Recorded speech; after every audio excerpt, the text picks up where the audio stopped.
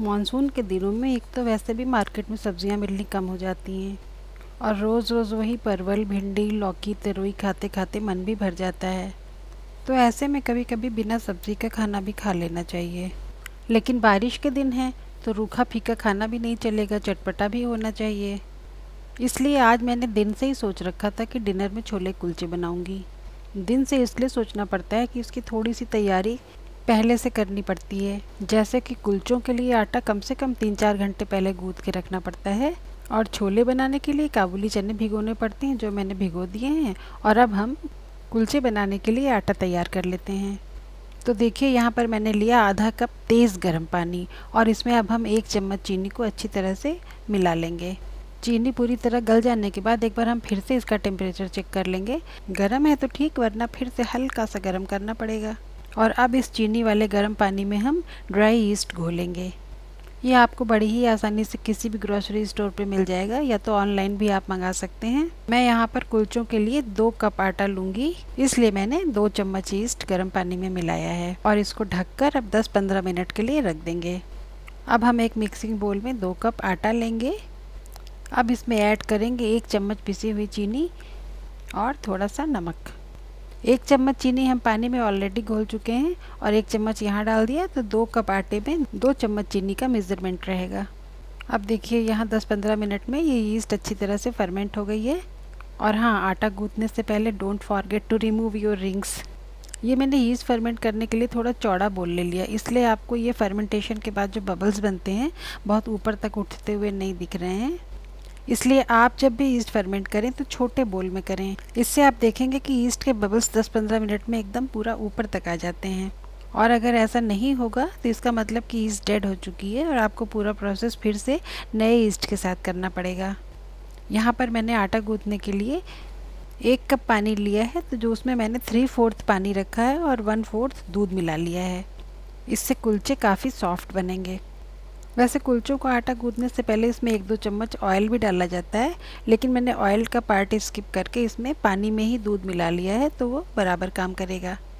तो इस तरह से थोड़ा थोड़ा पानी डालते हुए हमें कुलचों के लिए एक सॉफ्ट डो तैयार करना है। जैसा डो हम रोटी के लिए तैयार करते हैं बिल्कुल वैसा ही बनाना है, हार्ड नहीं बनाना है। अगर हम हार्ड आटा तैयार कर लेंगे तो फिर कुलचे सॉफ्ट नहीं बनेंगे, क्रिस्पी हो जाएंगे। ये देखिए, आटा तैयार हो गया। अब थोड़ी साफ़ सफाई भी कर देते हैं। और अब हम हाथों में थोड़ा सा मक्खन लेकर इस गुथे हुए आटे के ऊपर अच्छी तरह से लगाकर एक बार फिर से इसको मिला करके फिर ढक कर रख देंगे। ये वीडियो थोड़ा लंबा होने वाला है, लेकिन आप इसको पूरा देखिएगा, बिल्कुल भी स्किप मत करिएगा, क्योंकि छोले कुलचे जैसे रिच और हैवी फूड को मैं इतना लाइट और आसानी से डाइजेस्ट हो जाने लायक बनाने वाली हूँ कि आप कितने भी कटोरी छोले और कितने भी कुलचे खा लेंगे, आपको बिल्कुल भी हैवी नहीं फील होगा और डाइजेशन प्रॉब्लम तो बिल्कुल भी नहीं होगी। तो ये रहे काबुली चने जो मैंने सुबह ही भिगो दिए थे। डिनर के टाइम तक ये अच्छी तरह सोक हो गए हैं और कुक होने के लिए बिल्कुल तैयार हैं। इनको मैंने 2-3 पानी से अच्छी तरह धो लिया और अब इसे कुकर में ट्रांसफ़र कर देंगे। 2 कप काबुली चने तो 2 से 2.5 कप पानी हम इसमें डाल देंगे। इसके बाद ऐड करिए थोड़ा सा नमक, हींग, अजवाइन और फिर ढक्कन बंद करके इसको आप आँच पर चढ़ा दीजिए। इनके पकने तक हम मसाला तैयार कर लेंगे। तो सबसे पहले एक बोल में धनिया पाउडर, थोड़ी सी लाल मिर्च, हल्दी, नमक, इतनी चीज़ें लेकर हम इसको थोड़े से पानी में घोल के रख देंगे। पानी में घोल देने से मसाले अच्छी तरह से फूल जाते हैं और सेट हो जाते हैं, वरना मसालों को बिना भिगोए अगर आप तेल में डाल देंगे तो ये जल जाएंगे और ग्रेवी में छितरे हुए से दिखाई देंगे और टेस्ट भी उतना अच्छा नहीं आएगा। इनको फूलने के लिए एक तरफ रख के अब हम प्याज और हरी मिर्च को बारीक बारीक काट लेते हैं। उधर हमने जो कुकर में काबुली चने चढ़ाए हैं उनमें 1 विसिल के बाद हम आँच को करीब 15 मिनट के लिए सिम कर देंगे। तब तक हम इधर कढ़ाई में सारे मसाले भूनकर तैयार कर लेते हैं। यहाँ हमने करीब 2 टेबल स्पून तेल लिया है। तेल गर्म हो जाने पर हम इसमें डालेंगे 2 से 3 तेज पत्ते, जीरा, बड़ी इलायची, लौंग, छोटी इलायची और दालचीनी। जब ये मसाले गरम तेल में चटक जाएं तो हम इसमें कटी हुई प्याज ऐड कर देंगे। प्याज को हमें गोल्डन ब्राउन हो जाने तक भून लेना है। प्याज अगर कच्ची रह जाए तो छोले में सोंधापन नहीं आता, बल्कि पानी का सा टेस्ट आने लगता है। तो चलिए प्याज को धीरे धीरे भूनने देते हैं। और ये जो हमने मसाले घोल के रखे थे इसमें मैंने डाला जिंजर गार्लिक पेस्ट और कटी हुई हरी मिर्चें जो मैंने पहले से काट के रखी हुई थी। हरी मिर्च का ये कमाल है कि अगर आप इसको तेल में डाल के भूनिए तो अलग फ्लेवर आता है, और मसाले में कच्चा ही मिलाकर भून दीजिए तो एक बड़ा शानदार सा अलग फ्लेवर आता है। इन सारी चीज़ों को आपस में अच्छी तरह से मिला देने के बाद से हम फ्लेम को थोड़ा सा कम कर देंगे और ढक करके इन मसालों को पकाएंगे। अभी 2-4 मिनट इन मसालों को पकने दीजिए। तब तक हम टमाटर और हरी धनिया काट के रख लेते हैं। चॉपिंग बोर्ड पर सब्जियां काटने का एक फ़ायदा तो है कि आपकी उंगलियां बिल्कुल सुरक्षित रहती हैं, वरना आपने देखा होगा कि जो लोग डायरेक्टली चाकू से ही सब्जियां काटते हैं उनके अंगूठे और उंगलियों पर चाकू से कटने के परमानेंट निशान बने रहते हैं। हाँ, चॉपिंग बोर्ड पर अगर थोड़ी लापरवाही की तो उंगली भले ही उड़ जाए लेकिन निशान नहीं बनेंगे। आप देखिए, यहाँ पर मैंने मसाले फ्राई करने के लिए सिर्फ उतना ही तेल लिया है जितने में प्याज बिना जले अच्छी तरह से फ्राई हो जाए। उबले हुए छोले तो वैसे भी सिर्फ ऊपर से ही नमक मिर्च मसाला डालकर खाने से टेस्टी लगने लगते हैं, तो फिर फालतू में बहुत ज़्यादा तेल डालकर उनको अनहेल्दी बनाने से क्या फ़ायदा। अब देखिए, मैंने ये कटे हुए टमाटर के ऊपर घर का बनाया हुआ छोले मसाला डाला और इसी में मैं ऐड करूँगी घर का बनाया हुआ थोड़ा सा गरम मसाला। मैं तो खैर पहले भी कभी मार्केट के पिसे मसाले नहीं यूज़ करती थी। अब तो आपने भी न्यूज़ में देखा ही होगा कि पिसे हुए मसालों में कितने ज़्यादा मिलावट पाई जा रही है। तो आप भी मार्केट से पिसे हुए मसाले लाना छोड़ दीजिए और सारे मसाले घर में ही तैयार करिए। कोई मेहनत नहीं लगती है, सिर्फ सोच का फ़र्क है। अब इन सारी चीज़ों को अच्छी तरह से मिला करके धीमी धीमी आंच पर अच्छी तरह से कुक होने दीजिए। और चलिए, इस बीच में हम देख लेते हैं कि जो हमने काबुली चने उबाले हैं उनका क्या स्टेटस है। इसके लिए हम कुकर का ढक्कन खोलकर 1-2 चने निकाल के हाथ से दबा के देख लेंगे। ये देखिए, ये एक चना हाथ से अच्छी तरह दब जा रहा है, इसका मतलब ये बहुत अच्छी तरह से गल गया है। तो अब इन उबले हुए चनों को हम पानी से निकाल कर इस भूनते हुए मसाले में डालेंगे, और मसाले के साथ साथ इन चनों को भी हम मीडियम टू हाई फ्लेम पर 3-4 मिनट के लिए भून लेंगे, ताकि इन चनों के अंदर जो पानी का टेस्ट है वो चला जाए। और ये कुकर में जो बचा हुआ पानी है ना, इसको हम फेंकेंगे नहीं, क्योंकि इसके अंदर हींग का और अजवाइन का पूरा सत्व आ गया है।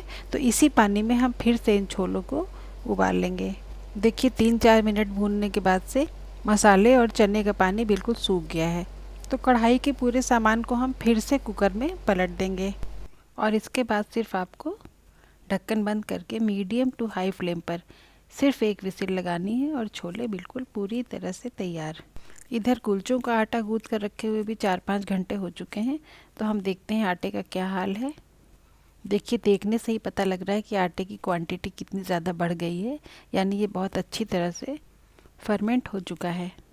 अभी हम हाथों में सूखा आटा लगा के इसको थोड़ा अच्छी तरह से एक बार फिर से मिक्स कर लेंगे, लेकिन बहुत ज़्यादा नहीं मिलाएंगे, वरना इसके अंदर जो एयर स्पेस क्रिएट हुआ है वो डिस्टर्ब हो जाएगा। देखिए, कुलचे वैसे तो मैदे से बनते हैं, लेकिन ये कोई मार्केट का खाना तो है नहीं। हमें सीधा साधा घरेलू खाना बनाना है जो बिल्कुल हमारे हेल्थ के लिए हानिकारक ना हो। तो इसलिए मैंने यहाँ पर मैदा बिल्कुल भी नहीं लिया है और पूरा पूरा गेहूं का आटा ही लिया है। आप चाहें तो पूरा मैदा भी ले सकते हैं, या मैदा और आटा दोनों मिलाकर भी ले सकते हैं। तो ये मैंने आटे को एक बार फिर से मिक्स करके तैयार कर लिया। अब हम इससे कुलचे बनाएंगे। कुलचे बनाने के लिए हमें रोटी से थोड़ा बड़े साइज़ की लोई लेनी होती है, क्योंकि इसको हम थोड़ा सा मोटा बेलते हैं। कुलचे बेलने की भी एक ट्रिक होती है। आप चाहें तो उस ट्रिक के बिना भी कुलचे को रोटी की तरह से थोड़ा सा मोटा मोटा बेल लीजिए और सेक लीजिए, लेकिन इस तरह से बने हुए कुलचे पीटा ब्रेड की तरह हो जाएंगे। तो डिफरेंस के लिए आप पहले एक लोई लेकर उसको रोटी की तरह बेल लीजिए। फिर इसके ऊपर हम थोड़ा सा सूखा आटा लगाएंगे, और सूखा आटा लगाने के बाद से फिर सारे किनारे पकड़ के इसको ऐसे ही अच्छे से चुन्नट देते हुए बंद कर दीजिए। बिल्कुल वैसे ही जैसे कुछ स्टफ़ करके पराठे बनाते हैं, तो समझ लीजिए कि आप इसमें सूखा आटा स्टफ़ कर रहे हैं। इस स्टफिंग के बाद से फिर इसको हाथों से एक थोड़ा सा लंबा सा शेप देते हुए फिर से लंबा लंबा बेल लीजिए। एक तो ये कुलचे पता नहीं लंबे क्यों बनाए जाते हैं, इसका रीज़न मुझे आज तक नहीं मिला। अगर आप जानते हो तो मुझे कमेंट करके ज़रूर बता दीजिएगा। चलिए, अब जो हमने धनिया की पत्ती काट के रखी थी वो इस पर थोड़ी सी लगा देते हैं, और हल्के से इसको बेलन से दबा देंगे ताकि ये उस पर चिपक जाए। बस ये ध्यान रखना है कि कुलचे पतले ना होने पाए, वरना फूलेंगे नहीं। इधर हमने तावा पहले से चढ़ा दिया था, जो गर्म हो जाने के बाद से थोड़ा आंच हमने मीडियम कर दी है। कुलचे डालने के थोड़ी देर के बाद से जब इसमें बबल्स दिखाई देने लगे तो इसको एक बार फ्लिप कर दीजिए, और एक चपटा से स्पैचुला लेकर इसको धीरे धीरे पैट करते रहिए, फिर फ्लिप करिए, फिर पैट करिए। और इसी तरह से आप देखेंगे कि तावे पर ही कुलचा अपने आप ही धीरे धीरे फूल जाएगा। ये देखिए, मैं तावा हटा के आपको दिखा रही हूँ। देखिए, आँच हमें ऐसी ही मीडियम रखनी है, इससे बिल्कुल भी तेज़ नहीं करना है, वरना कुलचे जल जाएंगे और फूलेंगे नहीं, साथ ही साथ कच्चे भी रह जाएंगे। और ये देखिए, 2-3 बार फ्लिप कर देने के बाद से अब कुलचा कितनी अच्छी तरह से फूलने लगा है और ये धीरे धीरे पूरा फूल गया। इसी तरह से एक एक करके सारे कुलचे बना लीजिए और देखिए ये सब के सब कितनी अच्छी तरह फूल रहे हैं और कितने ज़्यादा सॉफ्ट बने हैं। इधर सारे कुलचे भी तैयार हो गए और छोले भी तैयार हो गए। चलिए एक बार हम कुकर खोल के देख लेते हैं कि छोले का क्या हाल है। गल तो ये पहले ही गए थे, हमें इनकी थोड़ी सी मिक्सिंग कर लेनी है। तो इनको कलछुल से इस तरह से हल्का हल्का दबाइए कि ये दब तो जाएं लेकिन बिखरे नहीं। अगर हम इन्हें दबाएंगे नहीं तो ये ग्रेवी से अलग अलग दिखाई देंगे, और बहुत ज़्यादा दब जाएंगे तो फिर बिल्कुल छोलों का पेस्ट जैसा तैयार हो जाता है, वो भी अच्छा नहीं लगता। तो बस हल्के से एक बार कलछुल से दबा दीजिए और देखिए किस तरह से ये गाढ़े गाढ़े छोले तैयार हो गए। आइए इनको हम सर्व भी कर देते हैं। आप जब इनको बोल में सर्व करिए तो तेज़ पत्ते हटा दीजिएगा। असल में तेज़ पत्तों की किस्मत ही कुछ ऐसी होती है, वो सबसे पहले तेल में डाले जाते हैं, पूरे टाइम आंच पर चढ़े रहते हैं, उबलते रहते हैं, और सर्विंग के टाइम पर कहीं दूर बैठी हुई धनिया की पत्ती आकर ऊपर से सज जाती है और लोग कहते हैं कि वाह क्या रौनक आ गई। खैर ये तो दुनिया का दस्तूर है। चलिए सर्व करने के टाइम पर हमें कुलचों को भी एक बार बटर लगाकर सेक लेना है। तो आप पैन में थोड़ा थोड़ा बटर डालते जाइए और एक एक कुलचे उसमें रखकर दोनों साइड अच्छी तरह से सेक कर तब सर्व करिए। मेरी ये पूरी कोशिश रहती है कि मैं खाना बनाते समय कभी भी हेल्थ, हाइजीन, न्यूट्रिशन और टेस्ट से कभी कोई समझौता ना करूं। अच्छा, आज जो मैंने ये छोले कुलचे जैसे हैवी फूड को लाइट बनाने की कोशिश की है वो आपको कैसी लगी, ये मुझे कमेंट में ज़रूर बताइएगा। इसमें से क्या चीज़ें ऐसी हैं जो आप पहले से जानते थे या आज जानकर आपको अच्छा लगा, ये भी मुझे बताइएगा, तो मुझे बहुत अच्छा लगेगा। आप मुझे लाइक एंड सब्सक्राइब करिएगा तो फिर और भी ज़्यादा अच्छा लगेगा। मैं और भी अच्छी अच्छी रेसिपीज़ लेकर आपसे मिलने आती रहूँगी। तब तक के लिए take care and bye bye.